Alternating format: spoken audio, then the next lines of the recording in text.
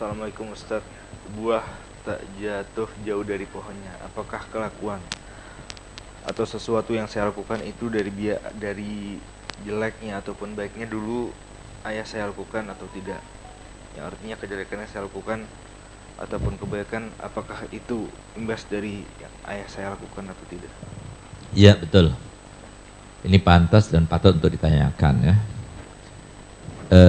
Memang keapesan dan keberkahan itu ada imbasnya.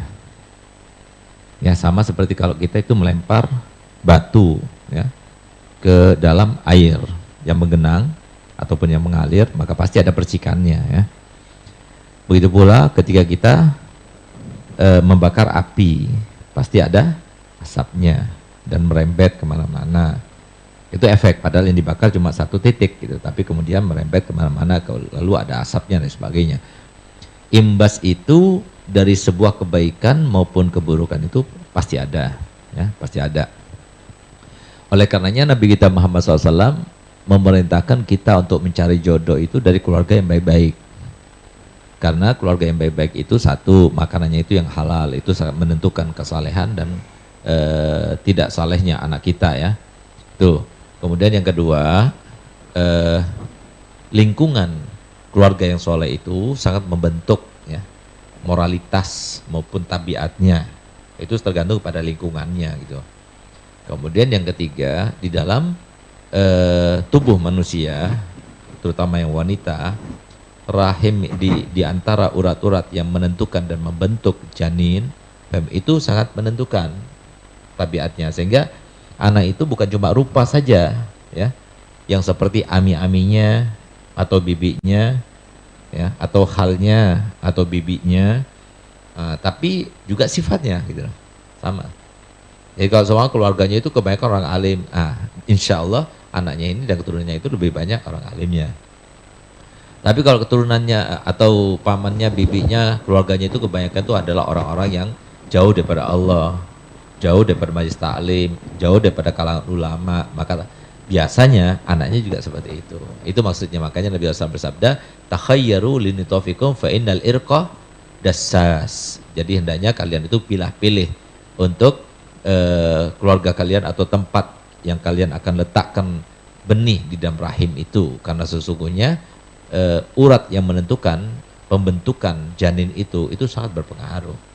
Nah, kemudian ada hadis lagi yang mungkin jadikan sebuah pertimbangan di sini ya, atau sebuah jawaban daripada pertanyaan ini adalah Nabi SAW telah menyampaikan sebuah hadis qudsi daripada Allah SWT yang berbunyi begini. Iza ato'ani abdi raditu anhu wa iza raditu anhu baraktu fihi wa fi atharihi wala nihayata li barakati wa iza asani abdi sakhattu alaih wa iza sakhattu alaih la'antu wala nanti talhaqus sabi'a min waladi. Yang artinya, seandainya seorang hamba itu telah berbuat kebaikan kepadaku, maka niscaya aku akan ridho kepadanya. Dan ketika aku ridho kepadanya, maka aku akan berkati dirinya dan semua yang terkait dengannya. Dan ketahuilah bahwasanya keberkahanku itu tidak akan terputus sampai kepada keturunannya yang keberapapun. Nah, tidak ada batasnya. Sebaliknya, jika ada seorang hamba di antara hambaku yang berbuat maksiat kepadaku, aku murka kepadanya. Ketika aku murka kepadanya, aku akan laknat dia. Dan ingat, laknatku akan menemui sampai keturunannya yang ketujuh. Nah itulah. Jadi efeknya itu iya gitu. Karena orang tuh nggak mungkin kan melupakan kalau abahnya itu seorang alim, kemudian ini ayahnya dulu orang alim loh. Ingat gak ketika Nabi SAW bertemu dengan seorang wanita yang kemudian masuk Islam, ternyata dia itu adalah seorang tawanan, tapi dia itu adalah anaknya seorang Hatim At-Ta'i yang terkenal dari kalangan Arab sebagai seorang yang sangat loman, sangat pemurah, sangat menghormat kepada para tetamu yang datang gitu. Nah, sehingga begitu Nabi SAW tahu bahwasanya dia adalah putri daripada seorang yang loman tersebut, maka oleh Nabi SAW dilepaskan begitu saja tanpa jaminan dan sebagainya, melihat menimbang kepada ayahnya. Nah, Nabi SAW melakukan itu karena mempertimbangkan ayahnya. Nah, begitu pula dalam Al-Quran kita ingatkan bagaimana ceritanya Sayyidina Khidir alaihissalam ketika dengan Nabi Allah Musa alaihissalam masuk ke suatu desa minta supaya dijamu karena kehabisan bekal keduanya itu. Tapi ternyata penduduk situ adalah orang-orang pelit semuanya, tidak mau menjamu keduanya. Nah, tapi malah kemudian Nabi Musa dan Nabi Khidir itu diperintahkan Allah Ta'ala untuk memperbaiki satu tembok yang akan runtuh.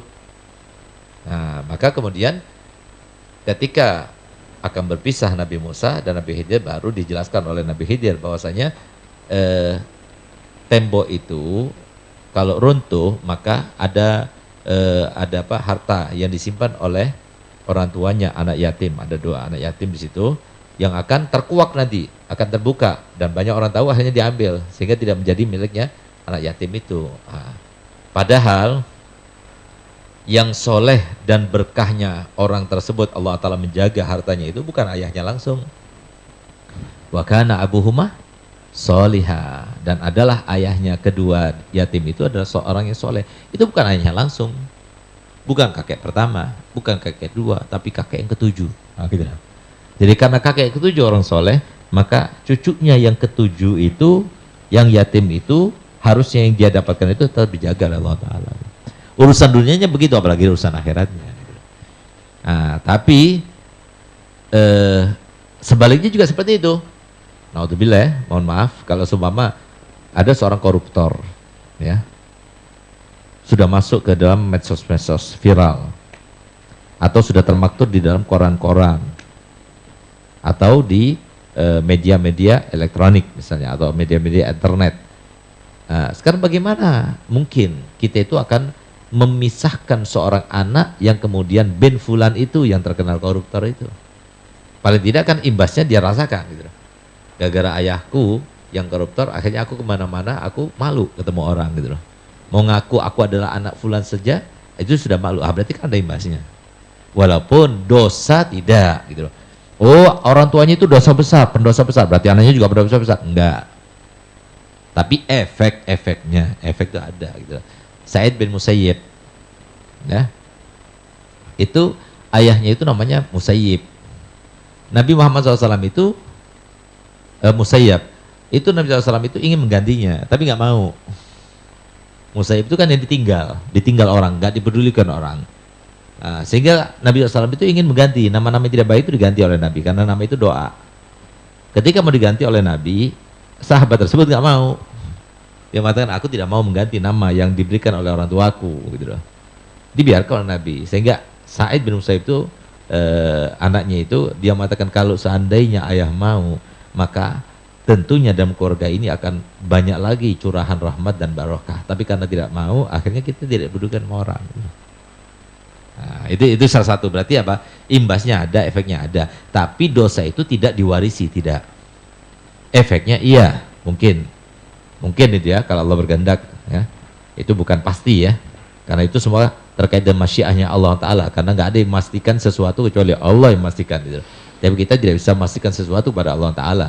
Itu mazhab kita, ahli sunnah wal jamaah, terkait dengan ketentuan dan perilaku serta urusan-urusan Allah itu seperti itu, kita itu meyakininya gitu.